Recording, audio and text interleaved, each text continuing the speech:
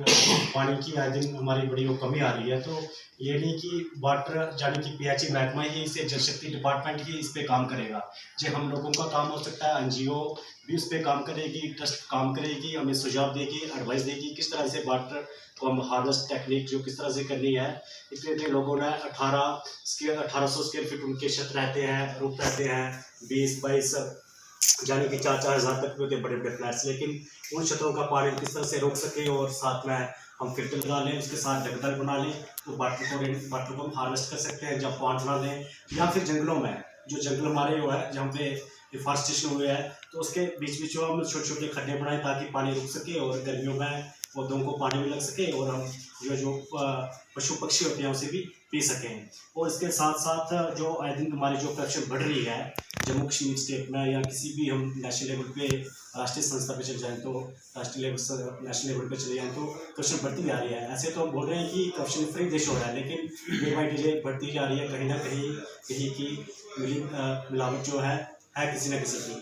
तो हम पूरा उसके रिसर्च कर रहे हैं। इसके साथ साथ हमारी पूरी टीम जो है पूरा जोर शोर से काम कर रही है और मैं उम्मीद भी रखता हूँ कि हमारी डिस्ट्रिक्ट उधमपुर भी इस पर पूरी गौर फरमाएगी और इसका पूरा कंक्लूजन निकालेगी कहाँ पर क्या लिमिटेशन है, क्या ड्रॉबैक्स है।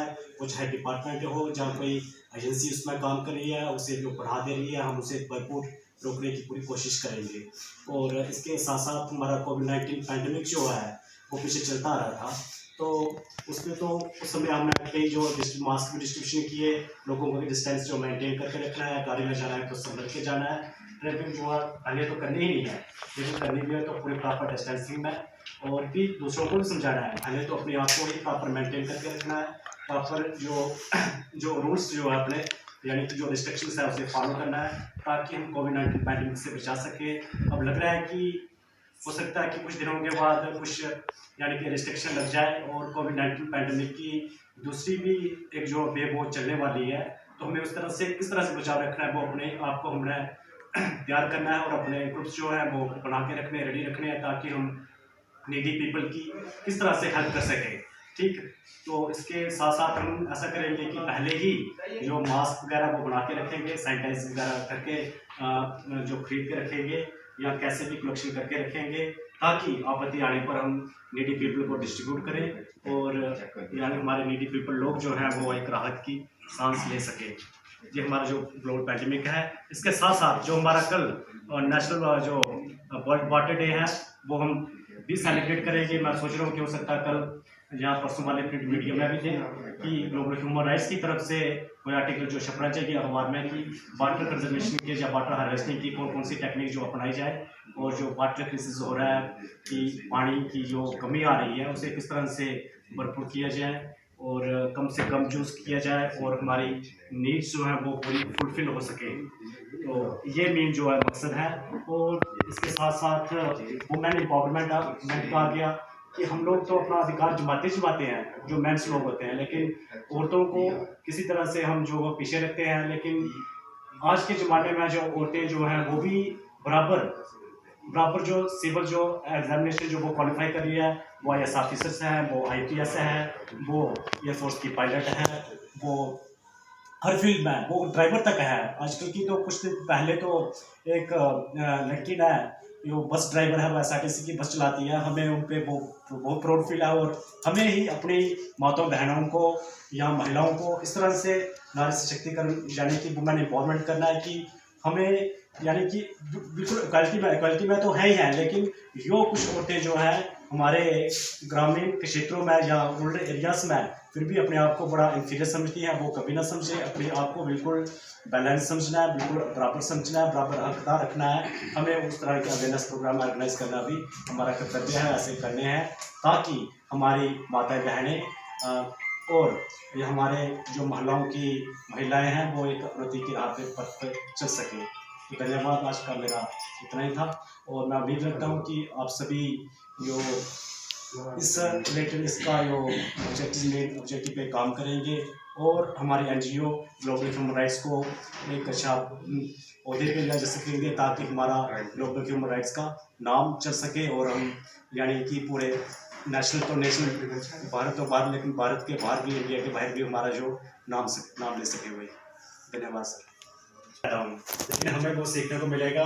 तो मैं चाहता हूँ कि वो बॉटनी के रिलेटेड जो है बहुत बड़ा ज्ञान है, वनस्पति विज्ञान एक बहुत बड़ा, तब मैं खुद जीव जंतु विज्ञान से मास्टर्स हूँ, ये वनस्पति विज्ञान से जो अपना स्कॉलर्स हैं PhD कर रहे हैं। मैं चाहता हूँ कि अपने कुछ को 4 शब्द रखें वनस्पति विज्ञान की ओर से, बॉटनी की तरफ से, किस तरह से हमें वाटर को कंजर्व करना चाहिए, कौन कौन से पेड़ हमारे लिए जो लाभदायक रहते हैं, इंपॉर्टेंट रहते हैं, कि जिस तरह से ऑक्सीजन जो फ्री जो होता है ना, कुछ ऑक्सीजन के जो ज़्यादा ऑक्सीजन देते हैं, हम किस तरह से प्लांटेशन ड्राइव करें जो होगा। जहाँ मेडिसिन वाले प्लांट्स तो ऐसे लगाते हैं, चाम्स वगैरह तो है ही है, लेकिन ऐसे मेडिसिन प्लांट है वो हमें ऑक्सीजन तो देंगे ही देंगे, लेकिन उसके साथ साथ उसकी मेडिसिन प्राप्ति भी होगी, वहाँ से फूड मिलेगा, शेल्टर मिलेगा, फ्रूट भी मिलेगा, तो ऐसा ऐसा।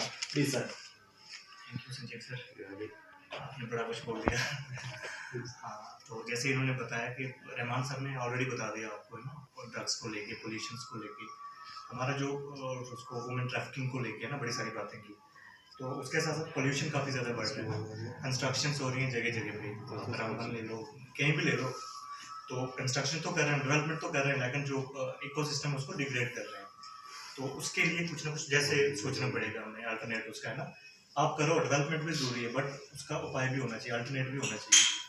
तो इन्होंने किया, बड़ा सारा काम ऑर्गेनाइजेशन ने किया, रहमान भाई ने, इन्होंने प्लांटेशन ड्राइव करी जो अभी है ना रिसेंट।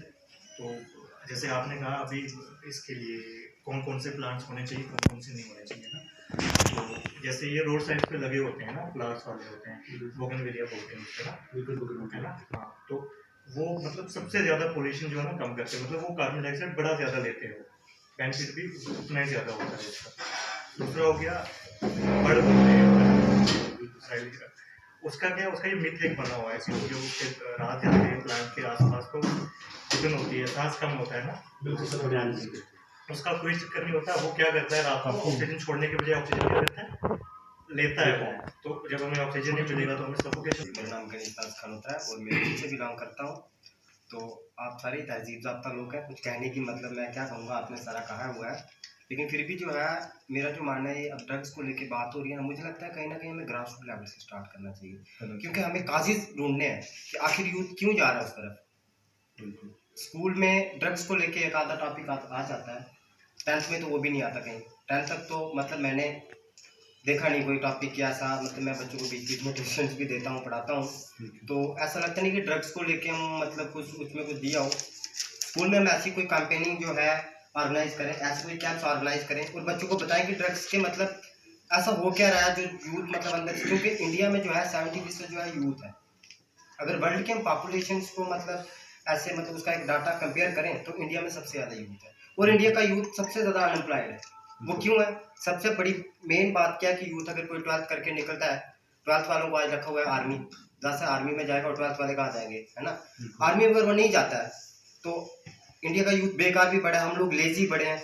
कोई ऐसा चीज़ करेंगे ताकि उनको थोड़ा काम भी मिले, ये उनके दिमाग में डालें क्या हाँ सेल्फ सफिशिएंट रहें, आप कोई ना कोई काम करें, काम पे दाढ़ी लगाएं, कोई नहीं, क्योंकि खाली दिमाग जो होता है वो कहते हैं शैतान का घर है। जब हम पहले बैठ रहेंगे तो नेचुरली हमारी जो अट्रैक्शन है वो नेगेटिविटी की तरफ जाएगी, कुछ ना कुछ हम करेंगे। उसके बाद जो छोटी छोटी स्कीम्स हैं, स्कीम्स का जो है सारे लाले लोग ही फायदा उठाते हैं, जो लोन की स्कीम्स है, गरीब लोगों को पीछे स्कीम्स आई थी, वॉशरूम्स का बड़ा चला हुआ था कि आप वॉशरूम्स बनाएं वरना आपको राशन नहीं मिलेगा, ये नहीं मिलेगा। हमारे मतलब गांव में जाओ तो 30% बने हुए हैं, कुछ के कुछ लोग वैसे हैं, क्योंकि आधी जो ऊपर से पेमेंट आती है, जो लोग पेमेंट सेक्शंस करते हैं, कुछ तो हिस्सा कुछ उधर चल जाता है, कुछ ग्राम सेवक का। हम लोगों को इस वजह से अवेयर करें कि आपको कितनी पेमेंट एक्चुअल जो अमाउंट है कितना आपको आ रहा है और आपको कितना उनसे जो है वो लेना है, ताकि उस वजह से लोग करप्ट खुद होंगे, क्योंकि हम लोग खुद करप्ट बना रहे हैं सिस्टम को। करप्शन का जिम्मेदार कौन है सबसे बड़ा? मैं आप लोग हैं, है ना। बिल्कुल। तो ये हमें करना है। उसके बाद रहती है वुमेन्स के लिए अब स्कीम्स आई हैं, ये तो पता है वुमेन एम्पावरमेंट का, तो एक कन्या समृद्धि योजना आई थी, हमें बच्ची का खाता खुलवाना है, जब बेटी की शादी तक जो है तो वो स्कीम जो है गवर्नमेंट जो है वो पैसा देती है ना। लेकिन आधे से ज्यादा मुझे लगता है कि 2% हार्डली 2% लोगों ने वो खाते खुलवाई, हमारे लोगों को पता ही नहीं कि कैसे मतलब हम इनको प्रोटेक्ट कर सकते हैं। अभी भी कुछ हमारी क्लासमेट्स थे 12th की लड़कियां बेचारी, उनकी वो मतलब टॉप क्लास, मुझे लगता है कि ISKS रैंकिंग की वो लड़कियां थी, अगर वो मरते पड़ती तो। लेकिन नहीं, अभी शादी हुई है, एक बच्चा उन लोगों का, क्योंकि हम लोग अवेयर नहीं है, स्पेशली ग्रास रूट लेवल के लोग जो है हमारे अवेयर नहीं है। उसके बाद मेरा एक मतलब यही रहेगा कि मेरा जो मेन मोटिव है, मैं स्टूडेंट भी हूँ और मैं पिछले 3 सालों से अभी रिसेंटली मैं पास आउट हुआ था डिग्री कॉलेज से। तो मैं ABVP के साथ है एट प्रेजेंट। जो मेरी जिम्मेदारी है वो डिस्ट्रिक्ट में टैलेंट को लेके कोई भी प्रोग्राम होता है मनोरंजन के अंदर, उसका मैं मंत्री हूँ। तो उसके बाद भी मैंने एक हमारे उधर अक्षों के दीप हमारी खुद में ऑर्गेनाइजेशन है, मैं उसका भी प्रेसिडेंट हूँ। मेरा जो मेन मोटिव वही रहता है कि मैं जो होता है स्कूलों में कैंपेनिंग करवाता हूँ, क्योंकि जो बच्चों की बिगड़ने की एज होती है वो यही रहती है 8% एज में। तो अगर हम इस एज में सुधर जाएं तो आगे फिर बच्चे को पता है मेरा भला क्या है कि मेरा बुरा क्या है, ये चीज़ है। उसके बाद CSC की बात रहती है, तो CSC का एक्चुअली जो पीछे से सिस्टम है, इस वक्त कुछ ऑर्डर्स ऐसे हैं कि CSC IT जो है बंद करने लगे हैं पीछे से। कुछ लोगों की मास्टर IT थी ना, क्योंकि इसमें भी करप्शन होने शुरू हो गया। कुछ लोग हैं गवर्नमेंट फीस है 30 रुपये चार्जेस हैं, कुछ लोग 50 भी ले रहे हैं, कुछ लोग 100 भी ले रहे हैं इनरोलमेंट के। हाँ।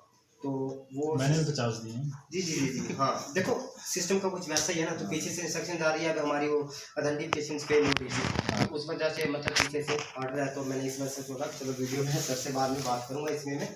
तो बाकी उसके जो बेनिफिट्स हैं, इसमें एक स्कीम्स नहीं है, आयुष्मान जो कार्ड है, तो इसमें मतलब आप 5 लाख का जो अमाउंट है वो पर एनम आप ले सकते हैं। लेकिन उसके भी कुछ क्राइटेरियाज हैं कि अब बना तो सबका है। अब जैसे जो कोई मतलब गवर्नमेंट रिटायर्ड पर्सन है तो बना तो हम सब रहे हैं ना। अब हो सकता है मुकेश अंबानी भी उसके लिए अप्लाई करें, लेकिन गवर्नमेंट बाद में फाइंड करेगी ना कि कौन से लोग नीडेड है, अच्छा। ये लोगों को इसकी जरूरत है, और उन लोगों को दिया जाएगा। अब जिस बंदे की जो बंदा खुद अपना कर सकता है ना, क्योंकि ये भी हमने अपने लोगों को बताना है कि ऐसा नहीं ना हो कि हमारे लोग जो हैं भोले लोग हैं, हम जो ग्रामीण लोग होते हैं भोले लोग हैं। कुछ लोगों ने नहीं जी मोदी 5 लाख रुपया दे रहा है, कुछ लोग तो इस चक्कर में पड़े हुए हैं। ऐसा नहीं हम लोग बनाए, क्योंकि अगर गवर्नमेंट स्कीम रखी है तो हमें उसका फायदा लेना है। तो जिन लोगों को कुछ लोग है फायदा मिल रहा है। कड़क्याल में भी एक पीछे वीडियो वायरल हुई थी कड़क्याल की, वहाँ पे नहीं मिला। अब एक बख्शीनगर में हुई थी सुपर स्पेशलिस्ट की, वहाँ पे नहीं। हमें ऐसे लोगों को जो है वहाँ तक अप्रोच करना, उन लोगों को अप्रोच करना है। बाकी एक बात तो कहना तो नहीं चाहिए, हम ना लोगों को मतलब जैसे ये कपड़े वाला बहुत अच्छी सोच है, मतलब हम लोग देखो दे सकते हैं, लेकिन कहीं ना कहीं मुझे लगता है ना कि किसी को हम जब कुछ देते हैं ना, हम उन लोगों को फिर हम जो है अपने पे डिपेंड कर रहे हैं। आज हम उनको देंगे, खुदा ना खास्ता कल को कुछ ऐसा हम मतलब ना देने के काबिल रहें, देखो दुनिया कुछ भी हो सकता है, फिर उन लोगों को कौन देगा। हम ऐसा कोई काम दें उनको, कोई ना कोई ऐसा कोई सिस्टम लॉन्च करे, कोई छोटी सी स्कीम लॉन्च कर दे हमारी मतलब ऑर्गेनाइजेशन के द्वारा। मतलब कोई ऐसी हमारी जो है स्कीम एक लॉन्च हुई है जिसमें मतलब ये यूथ है वो एम्प्लॉय है। यही है मेरा, इतना सही रहेगा। दूसरा वही था, स्कूल का भी था। जी हाँ, ऊपर से क्या है कि स्कूल में जो गांव के लोग हैं और गांव में जो स्कूल है स्पेशली वहाँ पे क्या सब्जेक्ट्स नहीं है। अगर सब्जेक्ट्स हैं तो टीचर नहीं है, अगर टीचर है तो वो कॉन्ट्रैक्चुअल है, टीचर्स है तो वो कॉन्ट्रैक्चुअल है, और जो है भी तो वो पढ़ाते नहीं। पढ़ाते क्यों नहीं है? क्योंकि उनको लगता है कि अब एक वो आफ्टर 20 ईयर में एक आता है कि अब डिप्टी सुप्रीम टू एनी कुछ तो रिश्तेदारियाँ निभा लेते हैं, अपने 4 बच्चों को उनको घर पे पढ़ा लेंगे, स्कूल में पढ़ाएंगे नहीं। अब उधमपुर से जितने भी हमारे जो प्रिंसिपल सर हैं खुद में जो रहते हैं, हमारा जो मेरा सेशन रहा है 12 से लेके तो 17 तक मैं खुद हाई सेकेंडरी का स्टूडेंट था, और हमारे टाइम पे मोहम्मद मुशाक वानी सर थे, आप में से कुछ लोग उनको जानते होंगे, वानी साहब, फिर आप जानते होंगे वानी साहब को। तो हम लोग मतलब उनके ही मतलब साए के नीचे से निकले हुए हैं। तो उस टाइम जो है तो बड़ा अच्छा स्कूल का सिस्टम था, स्कूल में डेवलपमेंट भी थी। आज जो है कुछ नहीं है। अब रिजल्ट हम देखें तो आगे से कहा जा रहा है, क्या करता है कि फेलियर जो होता है वो हमेशा एक्सक्यूजेस देते हैं, जो मतलब मेहनती बंदा होता है वो एक्सक्यूज वो रिजल्ट देता है। तो आगे से बोला जाता है कि नहीं जी बच्चों का ये सिस्टम। और अब अगर कोरोना अगर दोबारा लगता है, हमने ये स्कूल वालों को इंस्ट्रक्शन देने की कोई बच्चा फोन पे नहीं पढ़ेगा, ऑनलाइन क्लासेस नहीं। बिल्कुल देखिए, पता है जब हमारे पास किस चीज का सोर्स है, हम लोग नेचुरली गलत चीज तरफ अट्रैक्ट हो रहे हैं, है ना। फोन है, हम लोग क्लासें कितनी चलेंगे सर, 2.5 घंटे 2 घंटे ज्यादा से ज्यादा। छोटे छोटे बच्चे एडिक्ट हो गए हैं फोन के, वो बच्चा छोड़ेगा? 30 साल के बच्चे को आप नर्सरी में पढ़ता है उसको ऑनलाइन क्लासें दे देंगे, वो बच्चा छोड़ेगा सर फोन? मुझे नहीं लगता वो बच्चा छोड़ेगा, क्योंकि उसके बचपन की आदत है। मुझे लगता है कि मेरा जो मतलब मैं वही कहा कि आप सारे तहजीब याफ्ता लोग हैं, मेरा इतना सा माइंड है जी। उसका अल्टरनेटिव ये है सर कि बच्चों को आप साथ वाला कहीं मतलब ट्यूशन भेजें। देखो आज हर घर में वो जो नॉलेज किताबों में ना सर वो नहीं है। उन किताबों में ये लोग ऑनलाइन थोड़े इतनी क्लासें ले रहे हैं, क्योंकि मेरे खुद भाई हैं छोटे, मैं देखता हूँ उनको। मैंने आज तक कभी पबजी नहीं खेली, मेरे पास तो छोटा सा फोन था कॉलेज टाइम पे टूटा सा, लेकिन उनको मैं देखता हूँ कभी फ्री फायर कर रहे हैं, कभी वो कर रहे हैं, कभी यूट्यूब पे जा रहे हैं, तो उनका माइंड जो है डाइवर्ट होता है। लॉकडाउन में ऐसे बाहर निकलना भी मुश्किल है जी, तो दूसरे घर में। लेकिन सर जहाँ तक मेरा मानना है सर, चलो उधमपुर सिटीज की बात में मान लेते हैं, लेकिन जो गाँव के लोग हैं ना, हमारे पास 100 कनाल जमीन ही है सर, हमारे पास 100 कनाल जमीनें हैं, हम अपने उधर घूम सकते हैं। कम्युनिटी क्लासेस हो सकती हैं ना। जी जी, ये है कि जो अर्बन एरियाज हैं यहाँ पे उसमें ये है कि एनजीओ के लोग जो है ना जी। वो कम्युनिटीज में जाकर और कुछ अगर सब्जेक्ट को लेकर इशू था जी, वहाँ का सब्जेक्ट को पढ़ा लेके सकते इश्यूज हैं। क्या है कि वहाँ पे उर्दू को लेके पंजाबी की पोस्ट है हमारे स्कूल पे। 10th के बाद मैंने उर्दू नहीं पढ़ी, उसके बाद कॉलेज में सब्जेक्ट कौन कौन से नहीं है? सब्जेक्ट उर्दू को लेके उर्दू नहीं है और पंजाबी की पोस्ट है वहाँ पे, पॉलिटिकल साइंस वहाँ पे खुद में? हाँ खुद में, और हर बच्चे का जो एबिलिटी खुद में पंजाबी की पोस्ट है? हाँ पंजाबी हायर सेकेंडरी है ना। जी जी हाँ, यहाँ नेडी नहीं है। वही चीज़ है ना। और कौन सा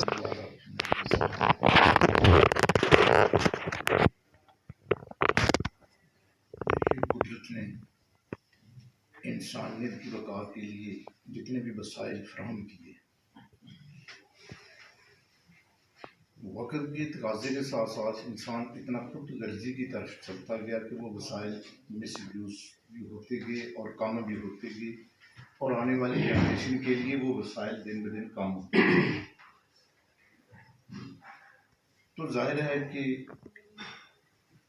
सबसे बड़ा काम जो इस NGO global human rights trust की वसादत से जो किया जा रहा है इंसानियत की खिदमत के लिए, तो उसमें एक तो अवेयरनेस कैंप्स का जो एहतमाम जैसे किया जा रहा है, तो इन वसाइल की बका के लिए यानी अवेयरनेस जो है ये स्कूलों में बच्चों में middle secondary high secondary college level तक जो है बुनियादी तौर पर होनी चाहिए। जैसे हमारे साथी ने कहा कि यही एज ऐसी होती है समझने की भी, तो वहाँ पर ही इस किस्म का एहतमाम ज़रूर किया।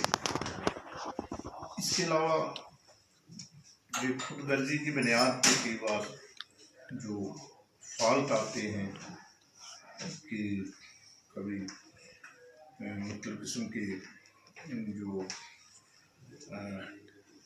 रस्म व रिवाज की बुनियाद पर जो इंसानियत को एक धक्का लगता है, जिस तरह ये डोरी सिस्टम है, जिस तरह ये ड्रग्स सिस्टम है, या और भी कई तरह की इस किस्म की चीज़ें हैं जिनको अभी बात हो रही थी जैसे, तो उनके लिए अवेयरनेस का जो एहतमाम है वो होना चाहिए।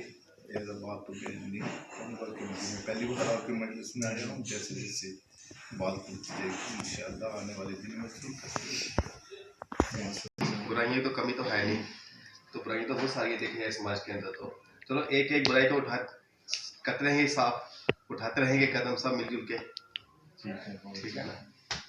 तो बाकी सारे साथी हैं अपने, सब मिलजुल के काम करेंगे। वेल सब लोगों ने तो बहुत कुछ बोल दिया, बट पहले मैं अपनी इंट्रोडक्शन देना चाहूँगा। मेरा नाम कुलजीत राजपूत है और डिस्ट्रिक्ट रामबन से मेरे रूट्स हैं, बट एट प्रेजेंट हम लोग को 16 ईयर हो चुके हैं यहाँ पे रहते हुए। मेरे एल्डर ब्रदर और रहमान सर बहुत अच्छे से मुझे जानते हैं। देखो एज ए जो मुझे टाइटल मिला है, जो एक रिस्पॉन्सिबिलिटी दी गई है यूथ प्रेसिडेंट की, तो यूथ में एक चीज़ बोलना चाहूँगा। सबसे पहले हम लोग को फोकस करना चाहिए यूथ की स्टडीज़ के ऊपर, राइट। जो education, proper education school colleges में किसी को मिल रही है कि नहीं मिल रही है, या स्टूडेंट क्या चीज़ प्रॉब्लम फेस कर रहे हैं, उसके ऊपर हमको सबसे पहले मेन फोकस करना चाहिए। जैसे अगर एक बात बोलो तो गवर्नमेंट स्कूल्स जो है, अगर उनको गवर्नमेंट जो टीचर्स अगर उनको पे कर रहा है तो क्या वो राइट एजुकेशन दे रहे हैं स्टूडेंट्स को? क्योंकि बहुत सारी चीज़ें मैंने अपने पिछले कई सालों में ये चीज़ देखी है कि मतलब स्टूडेंट्स जो है गवर्नमेंट स्कूल के अंदर जो मतलब प्रॉपर तरीके से बोल नहीं पाते हैं उनके सामने। क्यों? क्योंकि उनको एक हेजिटेशन होती है कि मतलब वो गवर्नमेंट टीचर है, अगर मैं उनको कल को कुछ बोलूँगा या अगर मेरे कुछ डाउट्स है, अगर मैं कुछ चीज़ें बोलूँगा तो वो चीज़ जो वहाँ पे नहीं बोल पाते हैं।